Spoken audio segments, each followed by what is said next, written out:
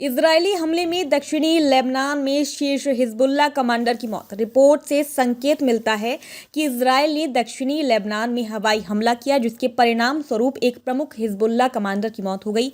AFP से बात करने वाले लेबनानी सुरक्षा एजेंसी के एक अधिकारी के अनुसार कमांडर दक्षिणी क्षेत्र में हिजबुल्लाह के अभियानों की देखरेख में एक महत्वपूर्ण पद पर था और उसके वाहन पर इजरायली हमले में उसे निशाना बनाया गया और मार दिया गया।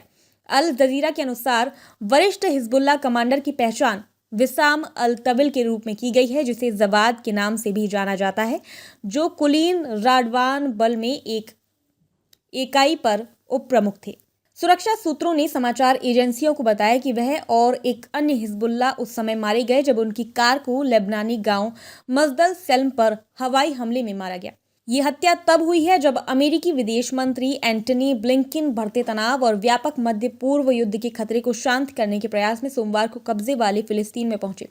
हिजबुल्लाह ने महासचिव सैयद हसन नसरल्लाह ने पिछले सप्ताह 2 टेलीविजन संबोधनों में इजरायल को लेबनान पर पूर्ण पैमाने पर युद्ध शुरू नहीं करने की चेतावनी दी थी। उन्होंने कहा, जो कोई भी हमारे साथ युद्ध के बारे में सोचेगा उसे पछताना पड़ेगा। इस घटना ने गाजा संघर्ष के लेबनान और पड़ोसी क्षेत्रों तक फैलने को लेकर चिंताएं बढ़ा दी हैं। सप्ताहांत में लेबनानी इस्लामी प्रतिरोध आंदोलन ने प्रमुख जायोनी सैन्य ठिकानों में से एक मैरोन को 60 से अधिक रॉकेट से निशाना बनाने की घोषणा की।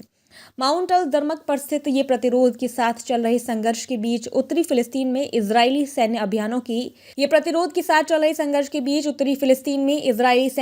की लिए एक महत्वपूर्ण कमांड सेंटर है। हिजबुल्लाह के अनुसार मैरोन वायु नियंत्रण बेस कब्जे वाली फिलिस्तीन में सबसे ऊंचा स्थान है और बिना किसी विकल्प के एकमात्र हवाई प्रबंधन केंद्र के रूप में कार्य करता है।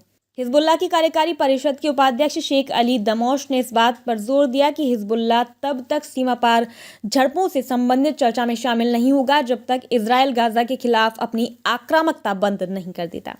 अल-खदर बेका घाटी में एक शहीद हिजबुल्लाह सेनानी के सम्मान में एक समारोह में बोलते हुए दमोश ने संघर्ष जारी रहने के कारण इजरायल की गहरी होती दुर्दशा पर प्रकाश डाला और जारी आक्रामकता को रोकने की आवश्यकता पर बल दिया।